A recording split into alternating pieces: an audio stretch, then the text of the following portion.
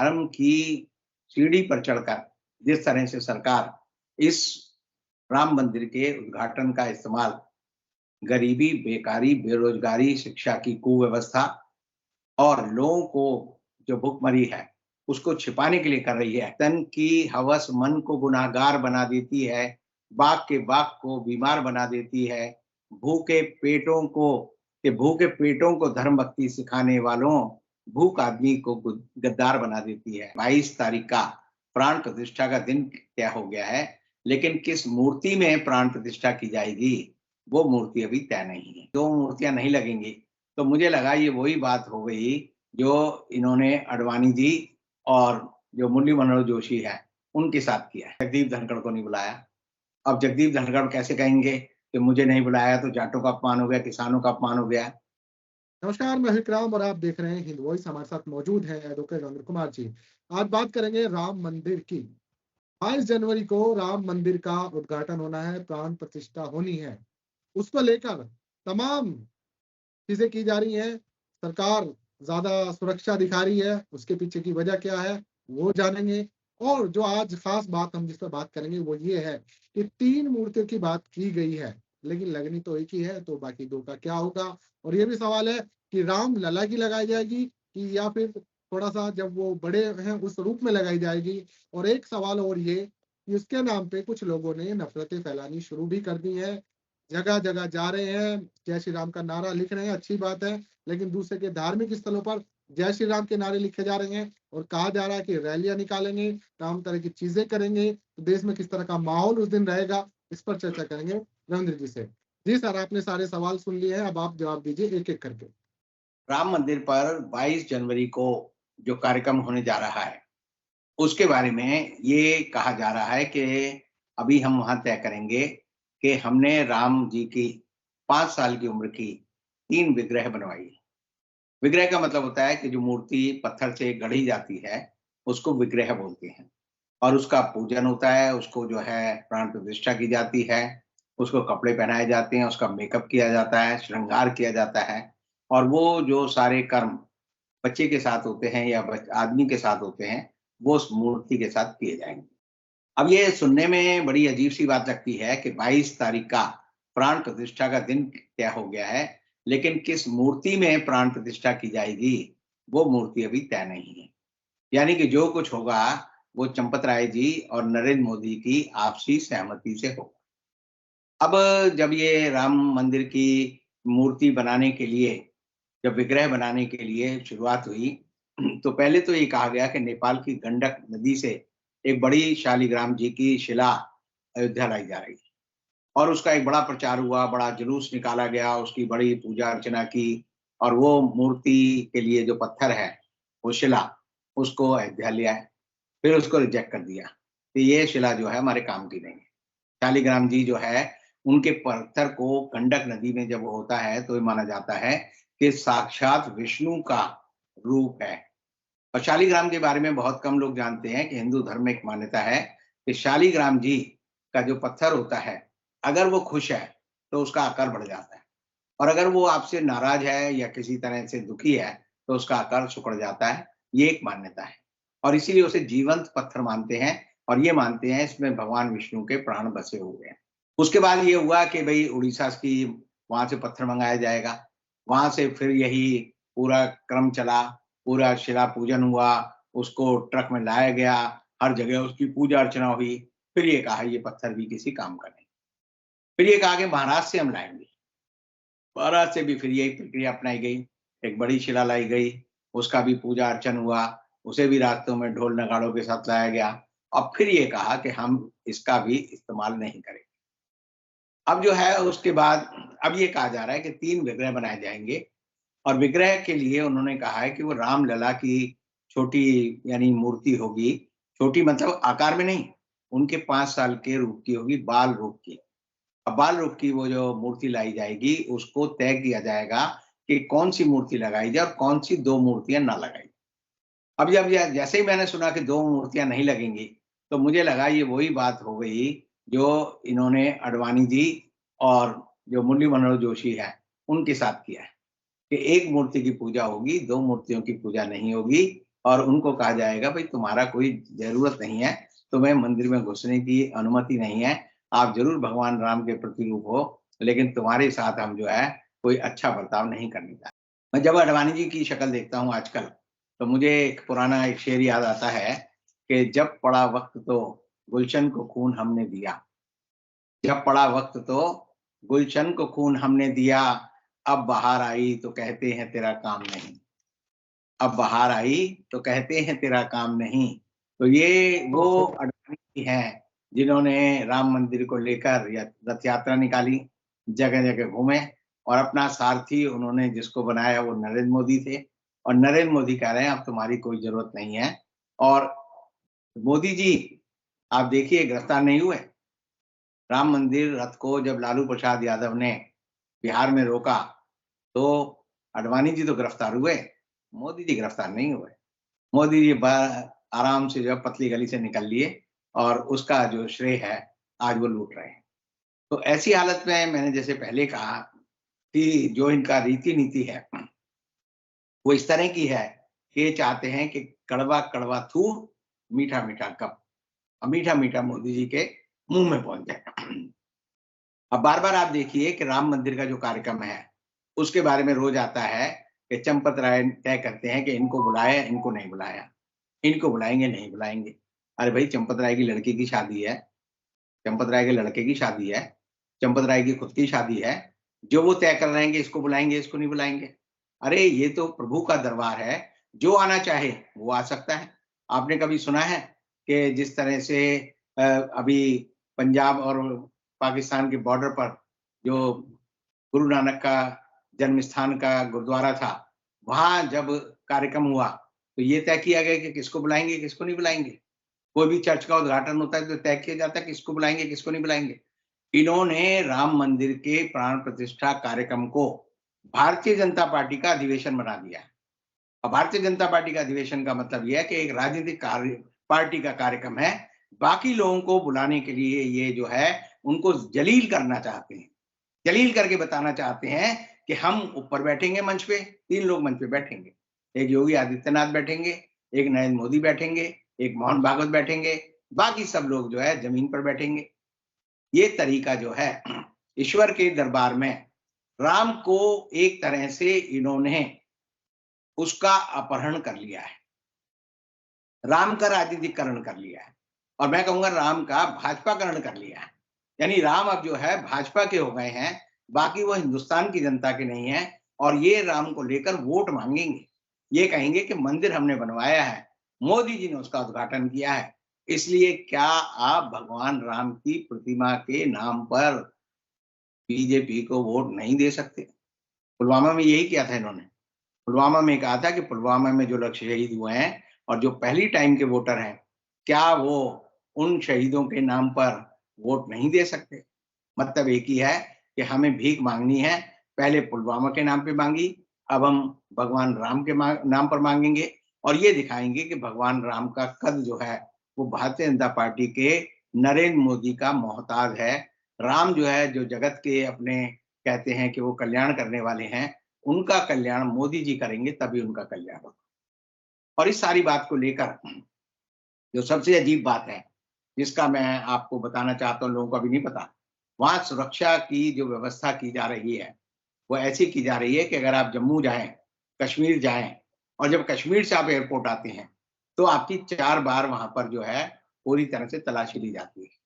जब होटल से निकलेंगे तब आपकी तलाशी होगी, जब आप रास्ते में एयरपोर्ट के पास होंगे, तब सड़क पर बीच सड़क पर रोककर आपका सामान खोलकर आपकी पूरी फ्रिस्किंग होगी, पूरी तलाशी ली जाएगी। फिर उसके बाद वो जो है जब एयरपोर्ट पे घुसने वाले होंगे तब ली जाएगी और जब फ्लाइट में चढ़ेंगे तब ली जाएगी। वैसी ही व्यवस्था इसलिए की जा रही है क्योंकि मोदी जी को डर है, मोदी जी की सरकार को डर है।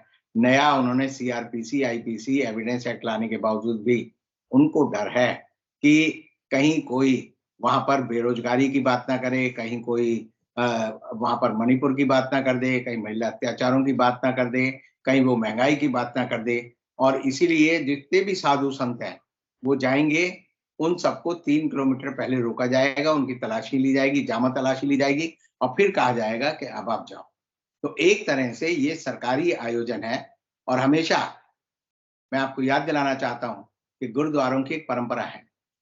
जब स्वर्ण मंदिर पर और वहाँ पर अकाल तख्त पर जब भारतीय फौज ने देश की आज़ादी की सुरक्षा के लिए और देश के अमन चैन को कायम रखने के लिए हमला किया था और अकाल तख्त को नेस्तनाबूद कर दिया था, तो उसके बाद जब उसको बनाया गया, तब जो है गुरुद्वारा प्रबंधक कमेटी ने कहा कि ये जो अकाल तख्त बना है, ये तनखैया है।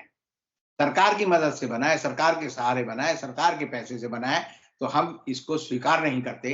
और उन्होंने उस अकाल तख्त को तोड़ा और उसको दोबारा बनाया। तनखैया होना सिख समुदाय में, सिख धर्म में सबसे बुरा शब्द माना जाता है और ये माना जाता है कि धर्म का इस्तेमाल जो है वो गुरु की फौज करेगी, गुरु के लंगर चलाने वाले करेंगे, गुरु को मानने वाले करेंगे, सरकार नहीं करेगी। अब मोदी जी ने क्या किया है कि इसमें सरकार और धर्म का घालमेल कर दिया है और एक तरह से धर्म को अपने से नीचे करके राजनीति को उससे ऊपर कर दिया है। और इसीलिए एक बड़ी अजीब बात है कि जब राम मंदिर का शिलान्यास हो रहा था, मोदी जी उसकी पूजा में गए थे अगस्त में, और तब भी उन्होंने देश के राष्ट्रपति उस समय जो थे, उनको नहीं बुलाया, देश के उपराष्ट्रपति को नहीं बुलाया। संसद का जब भूमि पूजन हो रहा था, तब भी ना राष्ट्रपति को बुलाया, ना राज्यसभा के सभापति और उपराष्ट्रपति को बुलाया। और अब राम मंदिर का जो शिलान्यास हो रहा है, उसमें भी द्रौपदी मुर्मू जो देश की सबसे बड़ी संवैधानिक प्रमुख है, उनको नहीं बुलाया। और देश के उपराष्ट्रपति जो बार-बार कहते हैं मैं किसान हूँ, मैं जाट हूँ, तो जाट और किसानों के नेता जगदीप धनखड़ को नहीं बुलाया। अब जगदीप धनखड़ कैसे कहेंगे कि मुझे नहीं बुलाया तो जाटों का अपमान हो गया, किसानों का अपमान हो गया, द्रौपदी मुर्मू का अपमान हो गया है। तो एक तरह से प्रधानमंत्री को आगे रखने की होड़ में मुझे लगता है कि आपके जब 26 जनवरी निकलेगी, तो उसकी परेड में भी मोदी जी कहेंगे कि राष्ट्रपति जो है सेना की सलामी नहीं लेंगे, सेना की सलामी मैं लूँगा, राष्ट्रपति और उपराष्ट्रपति जो पीछे खड़े होंगे। क्योंकि जो प्रोटोकॉल होता है, उसको लगातार तोड़ा जा रहा है और सिर्फ़ इसलिए तोड़ा जा रहा है कि मोदी जी अपनी जो पिक्चर पेश करना चाहते हैं, वो लार्जर दैन लाइफ़, यानी कि जो उनकी असलियत है, उससे बहुत गुना बड़ी दिखाना चाहते हैं कि ये देश जो है मोदी में है। अब मोदी में इसलिए है क्योंकि आप हमेशा देखते हैं कि जब भी कोई ट्रेन का उद्घाटन होना था, तो उन्होंने अपने नाम पे ही रखना शुरू कर दिया कि नमो ट्रेन। इसी तरह उन्होंने और जगह जो सरदार पटेल के नाम पे स्टेडियम था, उसका नाम रख दिया नरेंद्र मोदी स्टेडियम अहमदाबाद में, जिसमें भारत हार गया और मोदी जी को एक नया नाम मिला कि उन्हें पनौती कहा जा रहा है। तो एक तरह से आप समझिए कि धर्म की सीढ़ी पर चढ़कर जिस तरह से सरकार इस राम मंदिर के उद्घाटन का इस्तेमाल गरीबी, बेकारी, बेरोजगारी, शिक्षा की कुव्यवस्था और लोगों को जो भुखमरी है, उसको छिपाने के लिए कर रही है, तो ये ऐसे है जिसे हम कहते हैं कि मैकियावेली कहता था, दुनिया का सबसे दुष्ट जो है चाणक्य है, वो कहता था कि O king, when there is threat to your power, divert the attention of the people.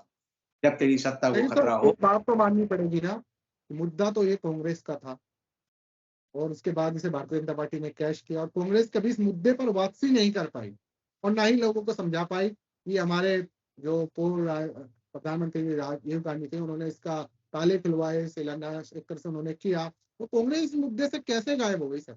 ये भी जो लोग जानना चाहते हैं। कांग्रेस इस मुद्दे पे गायब हो गई, कांग्रेस इस मुद्दे पे नहीं है। तो आप समझिए जो लोग देश की आज़ादी से जुड़े रहे, उन्होंने मंदिर मस्जिद की राजनीति नहीं की।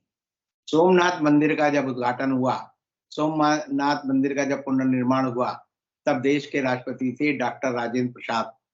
उन्होंने कहा कि मैं उसका जो है उद्घाटन करने जा रहा हूँ, भूमि पूजन करने जा रहा हूँ, पूजा करने जा रहा हूँ। तब नेहरू जी ने कहा था कि आपको राष्ट्रपति के रूप में नहीं जाना चाहिए। आप देश के संविधानिक के प्रमुख हैं और हम एक सर्वधर्म समभाव वाला देश है, तो भारत के राष्ट्रपति को वहाँ नहीं जाना चाहिए। और ये कहना है कि कांग्रेस का मुद्दा है, कोई भी पार्टी जो धर्म की राजनीति करती है, जो सांप्रदायिकता की राजनीति करती है, वो ये कह सकती है कि ये हमारा मुद्दा है। इसका मतलब भगवान राम के अंदर कोई ताकत नहीं है।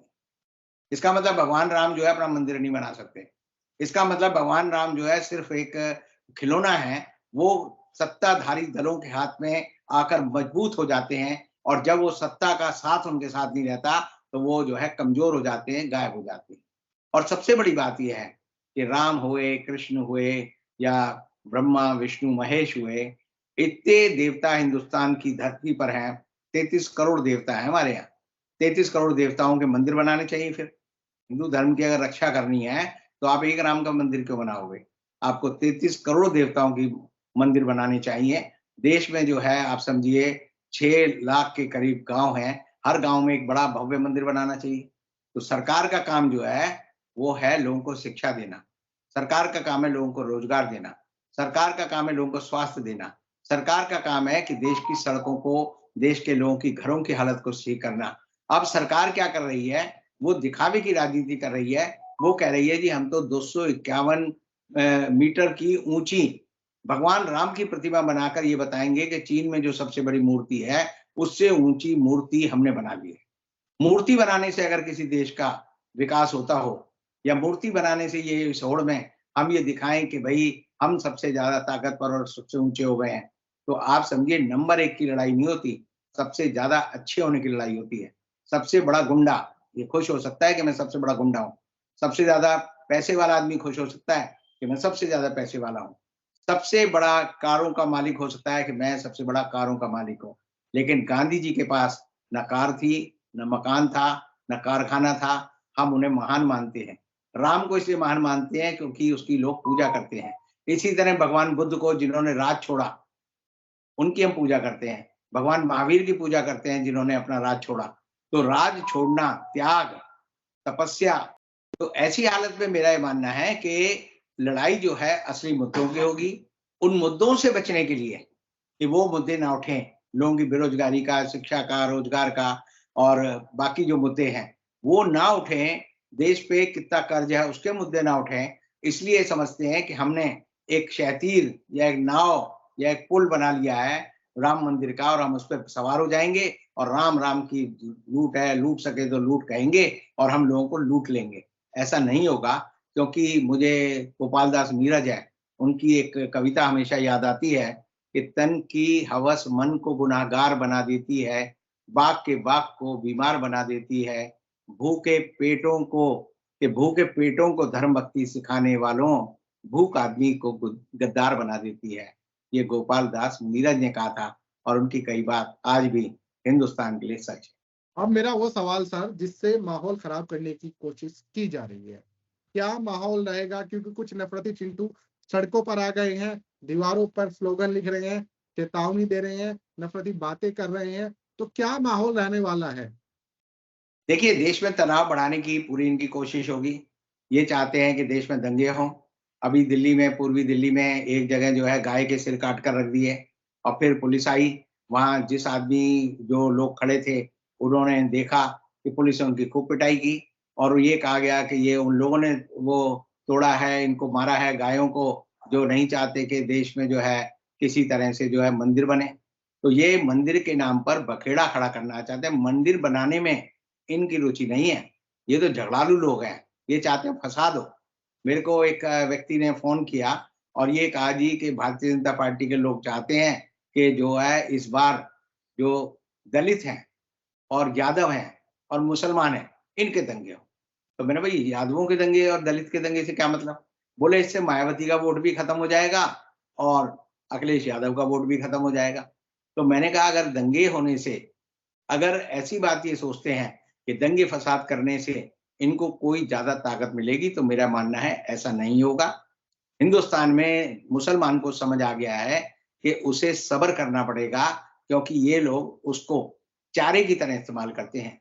जब मछली पकड़नी होती है तो कांटा में जब जो लगाया जाता है ना एक छोटा सा कीड़ा, उसको ये समझते हैं कि मुसलमान है, इसकी आड़ में हम हिंदू रूपी जो व्हेल मछली है उसको पकड़ लेंगे और उसका इस्तेमाल कर लेंगे। लेकिन जितनी ये बात कर रहे हैं, जितने दंगे हो रहे हैं, आप ये समझ लीजिए, जो भी दंगा होगा, जहाँ भी दंगा होगा, वो सरकार के वो लोग कराएँगे, जो धर्म का राजनीति में इस्तेमाल करना चाहते हैं। और अब जो नई आईपीसी और सीआरपीसी और अ, एविडेंस एक्ट आ गया है, उसके बारे में जो सरकार ने आज प्रेस विज्ञप्ति जारी की है, वो बड़ी आपत्तिजनक है। वो कहते हैं जी अंग्रेजों के ज़माने के काले कानून हमने हटा दिए। अरे भाई, हिंदुस्तान में 75 साल से वो कानून चल रहे थे, उसी के तहत लोगों को सजा मिली, उसी कानून के तहत जो है नाथूराम गॉडसे को फांसी हुई थी, उसी के तहत जो है इंदिरा गांधी के हत्यारों को फांसी हुई थी, उसी के तहत जो है राजीव गांधी के जो हत्यारे थे उनको सजा मिली, उसी के तहत जो है देश में कानून चल रहा है। 75 साल कानून चलाने के बाद आप कहते हैं कानून काले कानून है। ये काले कानून तो उन्हें कहने चाहिए जो अपराधी हैं। अपराधी कहेगा कि ये काले कानून है। और अगर जो काले कानून है तो आज की कसौटी पे जो नए कानून इन्होंने पास किए हैं वो तो उससे भी ज्यादा बदतर है।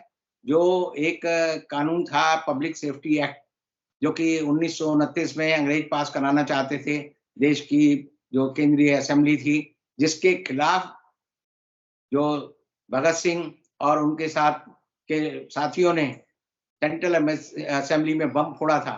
वो इसलिए फोड़ा था कि ये जो पब्लिक सेफ्टी एक्ट है, ये काला कानून है, लोगों को मनचाही समय तक पुलिस जेल में रख सकती है, उनका ट्रायल नहीं होगा, उनका मुकदमा नहीं चलेगा। और ये जो नए कानून बने इनमें भी यही प्रावधान है। और ये प्रावधान ऐसे प्रावधान है कि जो लोग आर्टिकल 21 पढ़ते हैं कॉन्स्टिट्यूशन का, उसे पढ़ लें और ये कानून पढ़ लें, पता चलेगा ये उस आर्टिकल 21 का उल्लंघन करते हैं, उसको खत्म करते हैं। और चूंकि संविधान प्रमुख है, तो ये एक्ट जो इन्होंने चेंज किए हैं, ये सारे के सारे जो है जब सुप्रीम कोर्ट में इक्वालिटी की कसौटी पर कैसे जाएंगे, संविधान की कसौटी पे कैसे जाएंगे, तो ये सब रद्द हो जाएंगे। बहुत बहुत शुक्रिया सर इस पूरे एनालाइज के लिए। राम मंदिर पर जो कुछ किया जा रहा है, जो कुछ तैयारी की जा रही है, आपने इसको अपना एनालाइज किया, जनता पर छोड़ देते हैं। आप लोग नीचे कमेंट कीजिएगा। और क्या ये कितनी बात सही आपको लगती है कि राम मंदिर के उद्घाटन में जो चंपत राय अपने हिसाब से लोगों को चुन रहे हैं, वो कितना सही है। और सर ने कहा कि घर में शादी नहीं हो रही भैया कि आप जिसको चाहे काट दो, जिसको चाहे ना दो। तो नीचे कमेंट कीजिएगा, वीडियो को ज्यादा से ज्यादा शेयर कीजिएगा। कल फिर मुलाकात होगी, तब तक के लिए दीजिए इजाजत।